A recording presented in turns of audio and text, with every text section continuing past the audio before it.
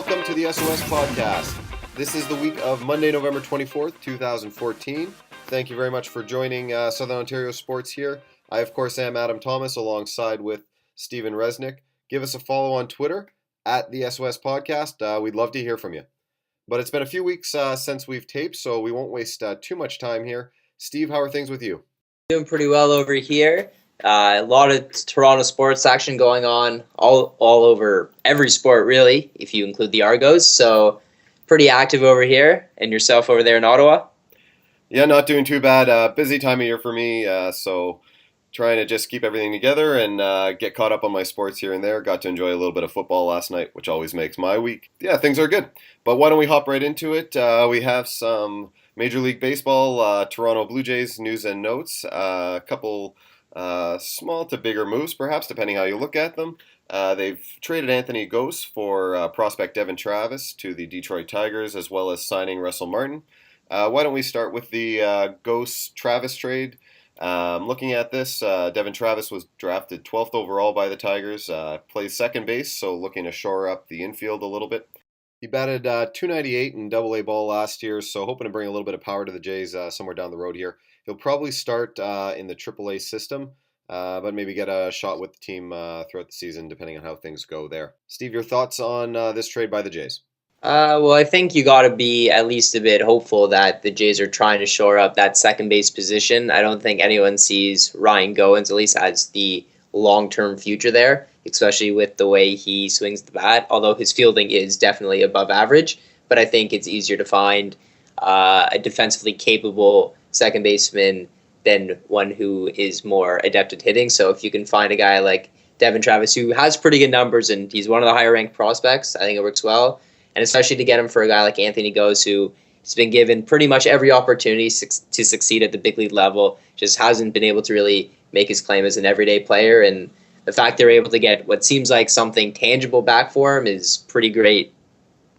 Yeah, at the end of the day, Gose turns out to be expendable. He did have a few flashes here and there, but certainly didn't seize the opportunity.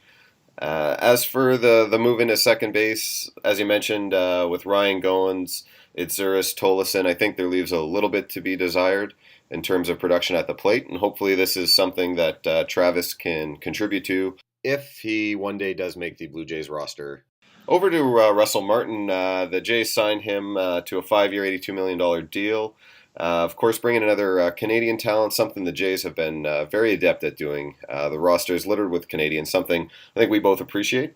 Of course, he played last year with the Pittsburgh Pirates. He actually had a bit of a bounce-back year.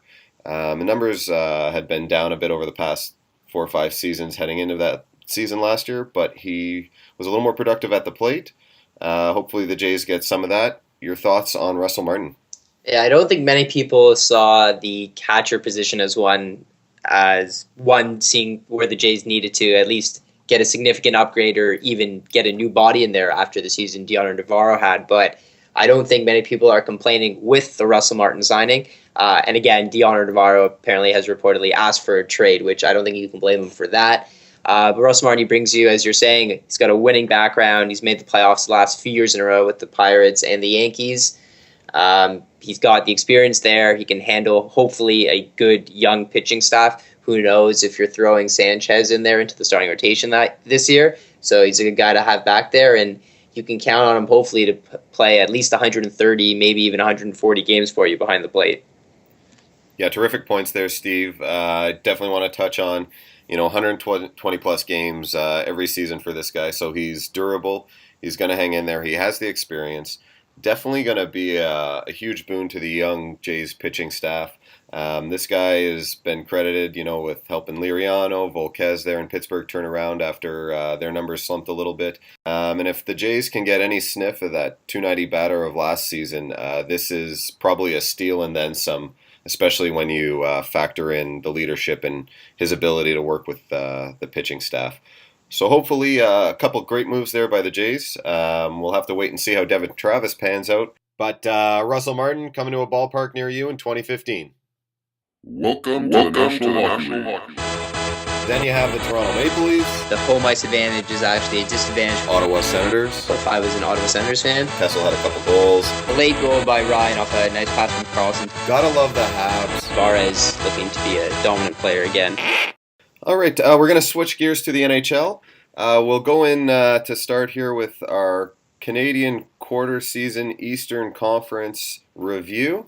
So this will include, of course, the Ottawa Senators, Toronto Maple Leafs, and our first in-depth look on the SOS podcast at the Montreal Canadiens.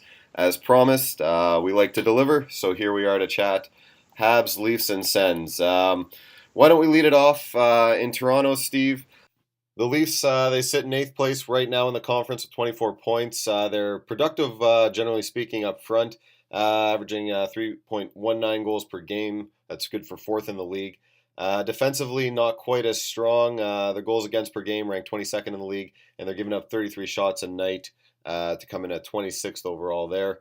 The power play, middle of the pack at 16th overall, just under 20%. And the penalty kill actually has been a pleasant surprise for the Leafs. 7th overall right now, just under 85%. So then having a look at the standings, we see the Leafs again, 8th place in the conference with 21 games played. Generally inconsistent results marking their schedule so far to this point. Steve, your take on the Leafs to the quarter mark of the season? Yeah, I think them being up and down is what you're going to see probably the whole year. They're just consistently inconsistent. Win a couple games, look great in doing so, then lose a couple right after and look awful in the process, and then, of course, bounce back with 2 more good-looking wins after that. So nobody knows really what this team is, although I think them being in that A spot or around there, fighting for it, is probably where they'll pan out in the long run. Like you're saying, I think with the power play, I think they'd like to see that get into probably the top third of the league, especially with the personnel they can put out there on that first unit. And again, the shots on goal, the goals against is obviously an area of concern, which with Randy Carlyle, I'm not sure if you're going to see that noticeably change until maybe there's a different voice behind the bench there. Yeah, these numbers seem to be shockingly consistent with Carlyle running the team. But just to hop back to the sort of that schedule, the up and down, the inconsistency alluded to, they've got a 4-1 win against Detroit most recently, 5-2 against Tampa Bay, but of course that followed up a 9-2 drubbing by the Nashville Predators. Derek Rowe busting out even for a goal there. That was on the back of a 6-2 loss to Buffalo. So the pattern here really for the Leafs is they're hot one night, cold the next. We'll see where it takes them. But let's turn things around here and have a look at some of the individual players. Kessel, Bozak, JVR with 23, 19, and 17 points respectively. Definitely leading the way for this team. Can't argue with the top line performing. Franzen, I think, has been probably the defensive surprise of the season. He's notched 14 points for the Leafs with a +8, just under 20 minutes a night. Phaneuf, actually a name I didn't think I'd be saying at this time of the year, but he's logging 23 minutes a night. Still at a +10. 10 points of his own, so a little bit of positive there for him as well. If you look at maybe a Jake Gardiner, some disappointment, -10, only contributed 4 points to this point, so they'd like to see a little bit out of him. But beyond this, and sort of those positive names I touched on, everybody else is kind of sitting around a negative ranking or a ±0, so there's not a lot of depth there. Steve, what's your take on the forward defensive unit of the Leafs? Yeah, I think the Leafs obviously rely very heavily on that top line, especially them providing pretty much all the offense on some nights. It is nice to see, though, especially like Peter Holland has really stepped up his play, scoring some goals, getting some more ice time, which I know last year a lot of people want to see that. There's no point in acquiring him to play him 5 minutes with Colton Orr on the fourth line. Similarly, Leo Komarov, I don't think many people were expecting him to score as much as he has so far, although it's not huge numbers. He is producing. And you've got David Booth and probably Lupul also coming back for Wednesday's game coming up against Pittsburgh. So I think if the Leafs can maintain their top line at least clicking at a somewhat consistent rate, and you have somehow Lupul and David Booth stay healthy, which is a very big if, I think they might just be okay in the scoring department. On the back end, though, I'm not so certain on that. Franzen is playing great right now, but who knows if he can sustain it. He is playing again for a contract, so it is possible he keeps it up. Phaneuf, I'm not so certain he can. He's not going to be sheltered at all. He's going to be playing tough minutes, game in, game out, and you got to hope it doesn't wear him down, but history leads us to believe that it just might. And with the injury to Polak last game, seems long-term. You've got Holzer coming up. It's not a lot of depth on the back end right now. Carlisle is forced to play Gardner a lot, which he obviously isn't very comfortable with. So it's going to be a lot on Bernier and maybe a little bit on Reimer when he gets in there now to hold the fort on the back end. Yes, and actually that's a great little segue into the crease. We'll chat a little bit about Bernier and Reimer here. Bernier sitting at 7-5-2 with a 2.54 goals against average, 919 save percentage, and the one shutout to go with it. Then you have a look at James Reimer. He's 4-3-0, goals against average of 3.64, and then a save percentage of 8.98. So his numbers a little bit less respectable than Jonathan Bernier, but then again, both tenders sort of played up and down, 500 hockey, give or take. So is this now Bernier's crease going forward? I think it is personally. I think he finishes with 50 to or so starts on the year, whereas Reimer trails off and picks up the latter half. Your thoughts? Yeah, I think I agree with you that it's definitely Bernier's going forward now, although that can change in a week, 2 weeks maybe. Reimer obviously did not look good against Buffalo in the loss last Saturday, a week ago last Saturday. And against Nashville, you kind of wonder how come he didn't leave Bernier in for that game, but he brings Reimer in, he gets no support, and Reimer gets lit up for the second straight game. Bernier comes back with a couple nice performances, so it is his crease now. He's the hot hand going forward, and until I think he has a pretty bad performance, maybe even a couple bad performances, you're going to see Reimer solely in a backup or even back-to-back role only when he gets on the ice. Yeah, totally agree. So we'll just summarize here. I mean, ultimately the question comes down, Steve, is this team able to improve, or are they simply an 8th, 9th, 10th place squad, depending what day of the week you're looking at them? In my opinion, I think the offense is there. They are 4th in the league in scoring. Clearly their defense lacks, but it might be okay with this team. They seem to have the punch to keep up in games. The one thing that really troubles me, and you commented a few times here, is the injury situation and ultimately their depth. I alluded to the fact that the majority of the players on their active roster are either a plus or minus 0 or worse. And I think if you start seeing injuries to either Phaneuf or guys on that top line, you're really going to see the points starting to trickle by the Leafs. So there's no change in my prediction going forward here. I think they're a bubble team at best that slides into 7th or 8th, or at worst on the outside looking in.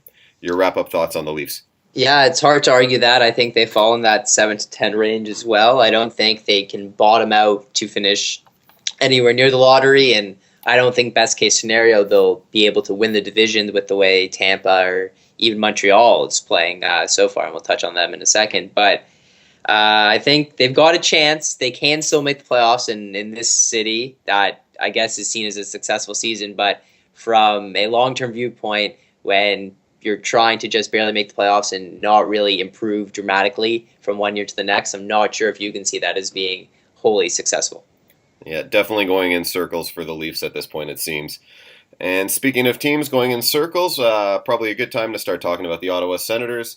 They are currently in 9th place in the conference at 22 points. They do have 2 games in hand over the 8th place Leafs, but these two teams are very close neighbors geographically and very similar on-ice product at this point. In terms of goals for and against, the Sens sit 15th and 13th respectively, so very average there.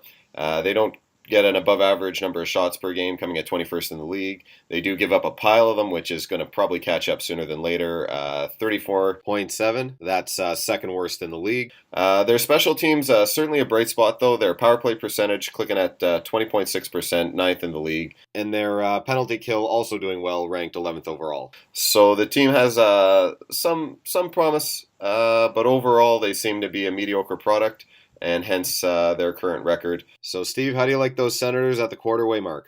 No, I think similar to the Leafs, they're just a consistently inconsistent team where they're going to have string together a couple good games, follow it up with maybe a couple bad ones, and right the ship following that. Similar to the Leafs, they rely a lot on their goaltenders to bail them out, allowing a lot of shots on net per game, and when you've got a guy like Erik Karlsson back there, you've got to let him take chances, and sometimes that will lead to chances coming back the other way. So I think you do have to be aware that you're going to probably allow more than the league average, but you would like to get it down from over 35 a game right now. The offense, while it's not doing awfully, as you said, right around the middle of the league, I think you would like to see a little bit more from Bobby Ryan. Signed the big extension in the summer. He's getting paid like a superstar. I think you want to see him at least start putting up close to a point per game, if not at a point per game. But again, you got to surround him with the right type of talent and give him a chance. You can't be putting him out there with Chris Neal or David Legwand and expect him to be putting up multiple points per game. Yeah, your Bobby Ryan note makes an interesting talking point. I'll get into a few numbers here. So MacArthur, Carlson, and Ryan, the top 3-point producers for the Senators. 14 points for MacArthur, Carlson, 12 for Ryan. So the team isn't obviously filling the net here. Ryan is producing, albeit at a lower level and probably not worth the money. But in saying that, I'm going to jump over here to a little look at the team's plus minus. And I'm going to give you 2 lists of players and tell you how they differ. So the first list is MacArthur, Carlson, Turris, McCulloch, Legwand, Smith, Cowan, and Zibanejad. That's a long list. My second list, a little more youthful, you'll notice, includes Stone, Hoffman, Ceci, Lazar, Weirkoch, Greiba, and the elder statesman Chris Phillips, believe it or not. And the difference between those 2 lists is the first was made up entirely of minus players, and the second was all plus hockey players. When you're looking to your youth of the team to provide plus hockey on the ice, I think you're in trouble down the stretch. Again, MacArthur, Carlson, Turris, McCulloch, if these guys aren't leading you on a nightly basis, at least 20-odd games into the season, there is something that we need to see. We do need to ask a question, where's the production ultimately, points aside? We need those guys contributing to positive 5-on-5 hockey, and I think that's right now the Achilles for the Senators. Your thoughts there on sort of the experience versus the youth and kind of the disconnect in leadership in that sense? While you do bring up a good point, I do think you need to take into effect that the younger players, especially Cody Ceci in comparison to some of Erik Karlsson or the higher pairing guys, is definitely going to be seeing less competition and probably more offensive zone starts, which can definitely help to a better plus minus. But like you were saying, I think the Senators do need more out of their top tier players to produce.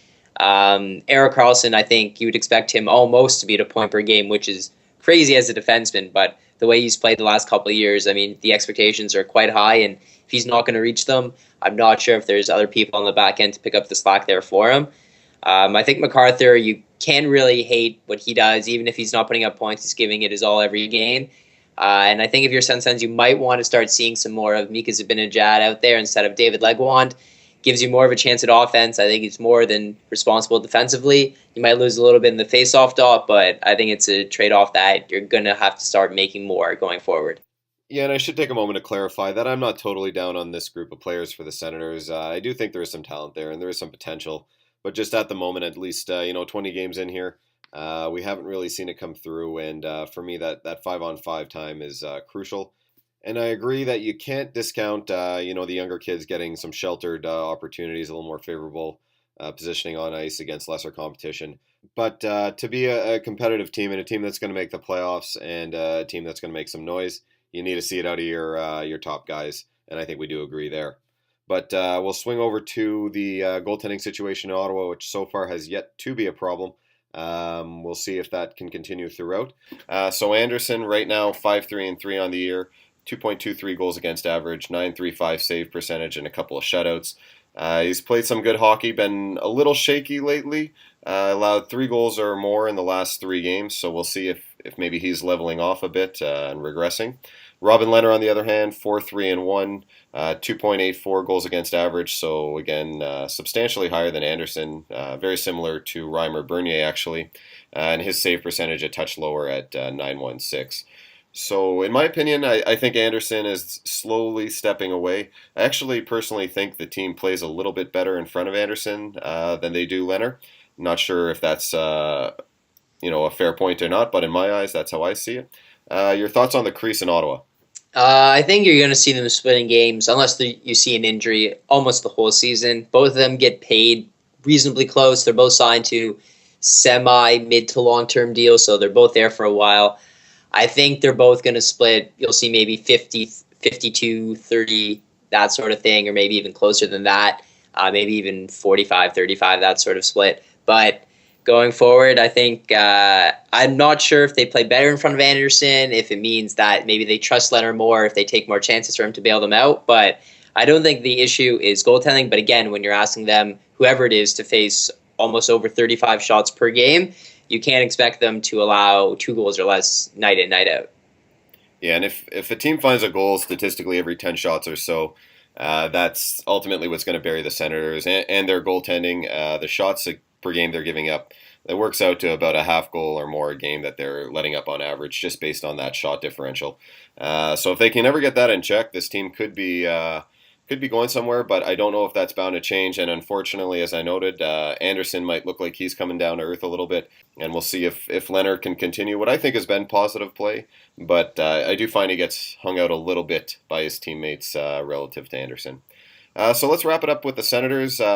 Just looking at things going forward, I don't know if your opinion has changed at all from the preseason, Steve, but I think they're virtually identical to the Leafs situation. Best case, they are 7th or 8th. Worst case, 10th, 11th, maybe even 12th, depending how the goaltending can carry them. Yeah, I'm going to agree with that again. They're definitely in that 7 to 10 range, fighting for the wild card spots, I think. But at the end, if I had to pick between one of the Sens and the Leafs, I think, have more faith in the Senators to come out at the end. One, because living in Toronto, you just have that. And secondly, I think Erik Karlsson and Bobby Ryan, they're not necessarily playing bad, but I think they're going to start playing a lot better in the future. So I think that only means trending upwards for the Senators. All right, so there you have it. Not much of a change in opinion from either Steve or myself in terms of the Senators and their prospects for this year. But switching over to the Montreal Canadiens, a team with a little bit more optimism on the horizon for this season. They've looked pretty darn good so far. They sit first in the division at this point with 33 points. That's 3 points ahead of Tampa Bay, who sits in second. If you look at some of the numbers we run through here, they're middle of the pack in goals for and goals against. So no real troubling statistics there. Their shots for ranked 27th in the league, so you would like to see some improvement there, maybe especially on the power play. Their power play ranking 26th overall right now at 12.7%. That is anemic, to say the least. Their penalty kill, on the other hand, very good at 9th overall, so no troubles there. But at the end of the day, we look at the standings, Steve, and this Montreal team is winning hockey games. They're playing good hockey and being productive. So your thoughts on the Habs? Yeah, I think you've got to be very impressed with the Habs. Coming off a conference final appearance last year, you have to wonder maybe they're going to get a little bit cocky, maybe step down a little bit, but they've been arguably even better. Carey Price has been, while his numbers haven't been stellar, he's just winning games pretty much every time he's in there. And while the Habs have had a few bad losses, a 7-1 to Tampa earlier, losing 5-0 to New York last night, and a couple other somewhat large shutout defeats in between, that may be a factor why their goal differential isn't as large as it seems for a conference-leading team. But I think through all facets, their lines 1 through 4, they all can play. Deep pairs, especially when you got Subban up at the top, who can play almost half the game, really. And Carey Price in net, I don't think there's a lot of areas for concern for this Habs team right now. Yeah, definitely. And I mean, if you don't count that 5-0 loss yesterday to the Rangers, which was a back-to-back game, they've handled everyone pretty well this month. They've got a 5-1 win over Boston, another 2-0 win against Boston. Detroit, Philly, Winnipeg, Minnesota, Buffalo. They've basically beaten everybody they've, been scheduled against, so no trouble there. The one knock on them might be that they've lost to the Penguins and Blackhawks in the past month, so maybe the truly elite competition is still not something they've conquered. But that aside, I think a very good month for the team. A couple trades as well they've pulled off, bringing in Sergei Gonchar, sending out Travis Moen to try and boost that anemic power play. It's helped a touch. We'll see if Gonchar can contribute going forward or not. And then as well, Rene Bourque shipped out for Sean Allen. Again, a little bit more defensive veteran presence, something the Habs have, looks like, made a point of acquiring here, potentially at the sacrifice of some offense, but maybe to build with Carey Price, which arguably is their strongest talent, clear-cut number 1 goaltender. So I guess we wrap up here. The Canadiens playing well enough in your eyes to keep this up, Steve? Definitely. Well, I'm not sure if they can hold on to the division lead. I wouldn't be utterly surprised if they do end up winning the division, but I think them and Tampa, you'll see them break away from the pack and sort of have a little two-man race to the top of the conference and the division. Yeah, I like the Habs to continue their pace. I can see them certainly being a top four playoff team in the conference, some combination of Tampa Bay, Boston, Islanders, Pittsburgh rounding out the mix. They've got probably some of the best 5-on-5 play in the league, which I think is worth its weight in gold and then some. It's offset a bit by the power play percentage, but I'm sure that'll come along a little bit. PKs look strong. Both Subban and the penalty kill itself. I guess I can't just make that statement for the Habs in general. And lastly, they've got very strong goaltending. One of probably at least a top 10, if not maybe a top 5 goaltender in Carey Price. And I think he'll be good for them once playoffs do arrive. So the Habs, I think, looking good in both our eyes. Set to maybe even take this division or conference if things really work out for them. Okay, so that will wrap up our quarter season Eastern Conference Canadian team review, and we'll check in to see how we do at the midpoint and season's end. This is the NFL. The hometown Bills. I think Buffalo's going to keep it close. The home crowd will be with them. It'll give them some more energy. 308 yards, a touchdown. I don't think anyone was predicting the Bills to win. New England Patriots looking good out there. No one was going to stop Tom Brady. New Orleans wins in OT. San Francisco. Cleveland pulls out a win. Okay, so let's talk some NFL, Steve. Another big weekend. Week 12, not quite wrapped up, but most games are done. Of course, Saints-Baltimore and the postponed Bills-Jets games will take place this evening. Any quick notes for you off the top with the NFL? A lot of exciting games again, per usual. I think you had a couple bust games, and I think a lot of people want to see that Lions-Patriot game be a bit more competitive than seeing New England slaughter them. But at the same time, I don't think many people get too surprised when they see New England slaughter any team in the last decade, maybe. And it was nice to see a nice defensive battle between Seattle and Arizona. And while Arizona's offense didn't show up, it was good to see that their defense is definitely capable of holding the top teams and keeping their team in the game, even if they're having trouble scoring coming down the stretch. Yeah, that New England team, what to make of them? The first few games this season did not look anything like we've come to know from the Patriots, and now they are just mowing down teams. Maybe consensus number one in the league right now. I still have a soft spot for the Broncos. I think Peyton Manning again last night showed what he's capable of doing, especially when push comes to shove against a good Dolphins team. But the Patriots, shocking. Tom Brady doing it again. He's got me with my foot in my mouth on that one. Yeah, no, it's hard to ever say Tom Brady. I mean, going forward, how can you say he's done when after the couple bad games he had to start this year, the way he's bounced back? I don't think many reporters or people in the media will be saying that, but going forward, their next game against Green Bay should be a nice showdown between him and Aaron Rodgers.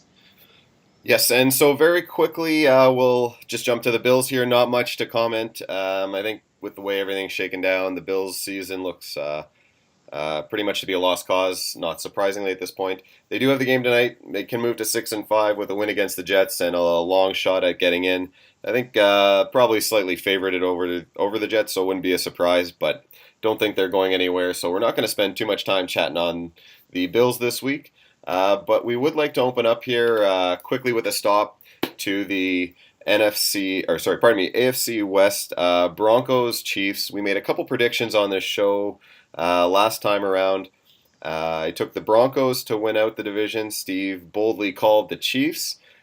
He quickly, week 11, put it in my pipe because the Broncos took a loss to the Rams, surprisingly, and the Chiefs beat Seattle at home for a big win.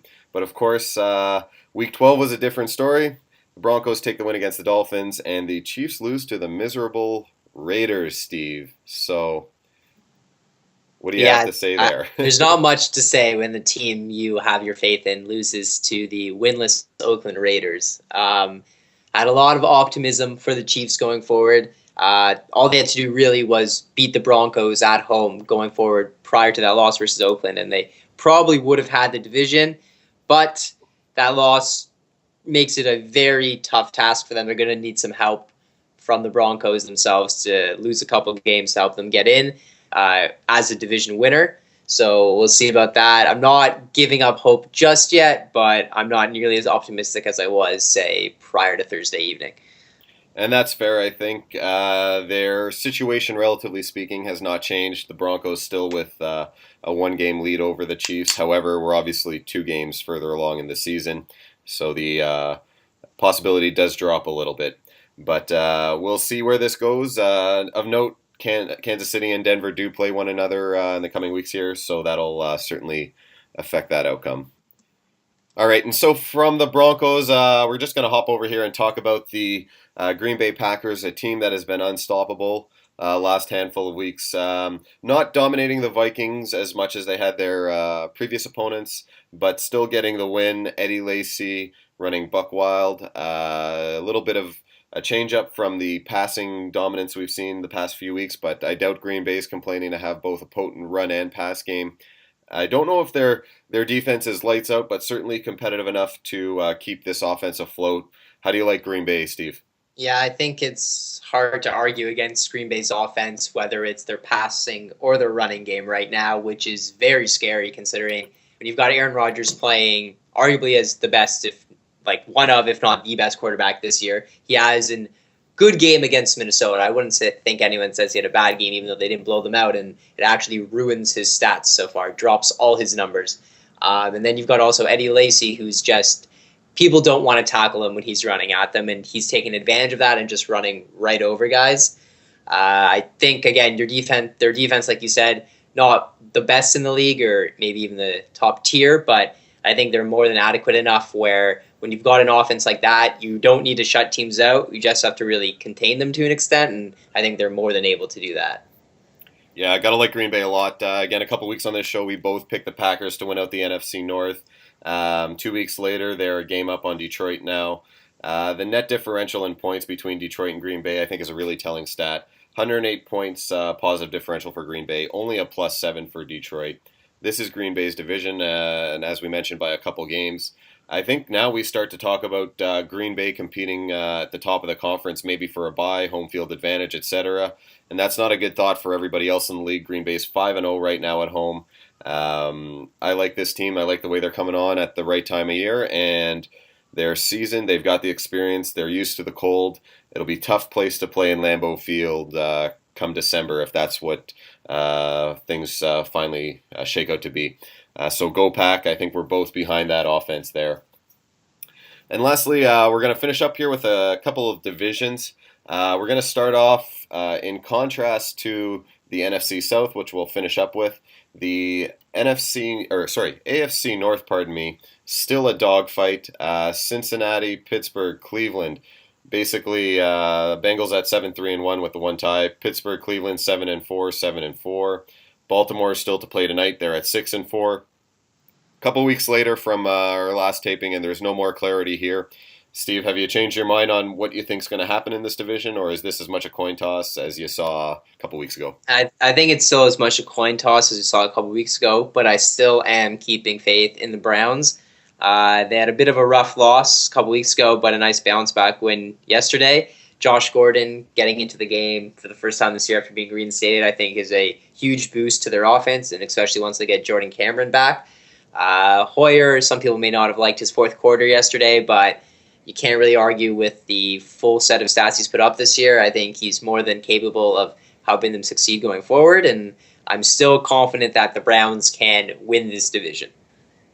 Yeah, it seems like they've focused the offense a little bit. I'll give you that. With Josh Gordon returning to the lineup as an elite talent, they released Ben Tate off the running back roster, focusing with Crowell and Terrence West, who have both been productive. Crowell having a very big day yesterday. We'll see. My pick was the Baltimore Ravens, so I'll see how they do tonight. A loss this evening against the Saints could probably be a death blow at this point, dropping to 6-5, all but removes them from the conversation. The last comment I want to follow up here, though, the Ravens have 3 divisional losses. If they weren't scheduled to play against this division, much like the other teams, these 4 teams may all find a way to make the playoffs had it been a different way. But As it stands, likely only one, maybe two will find a way to the playoffs. And so, as mentioned, we'll go complete 180 here, heading over to the NFC South. Just an embarrassing division. You'd like to think a couple weeks later, again from our last show, that there'd be some improvement here. But again, the league or division leaders, New Orleans and Atlanta, at 4 wins apiece. New Orleans does have the game tonight, of course. But this division just embarrassing. Tampa Bay at 2-9 is a couple games out from a division lead. And Steve, the question here ultimately is going to be, with the way things are breaking down at this point in time, one of these teams will host a home game. And the question that comes up is the relevance of divisions and division winners. Do the best make the playoffs? Do the division leaders make the playoffs? It's a long chat that's got different sides to the coin. Where do you stand? Yeah, I think the division is pretty awful this year. When you've got the Buccaneers being 1 loss away from having the first overall pick and 2 wins away from leading the division, you've got something pretty wrong in there. But while someone does have to win the division, and I do understand the idea of rewarding division winners, when it's to this extent where the division winner will probably be below 500, I think you got to give it to a better team in a different division within the conference. If you've got a team that finishes 11-5 and doesn't make it because of a 7-9 or even 6-10 division winning team, I just don't think that's fair in any way, and you're penalizing a team for geographically not being close to Atlanta, Carolina, New Orleans, and Tampa Bay. It's a valid point, and the one you opened up with, 2 wins away from the division lead, 1 win away from, or 1 loss away from first overall pick. That's an embarrassing statistic for the NFL. There's no other way to look at it than that. I actually, however, am in favor generally of the divisional approach. I think these are the natural ups and downs, ebb and flow of a decade or two of football, hockey, any sport, where have you. Over that course of time, things are going to roughly average out. It wasn't long ago. New Orleans was the beast of the NFC. Atlanta was competitive year in, year out. Carolina had eternal hope with the young Cam Newton. So this division a couple years ago was a totally different story, and I think that's just how it is.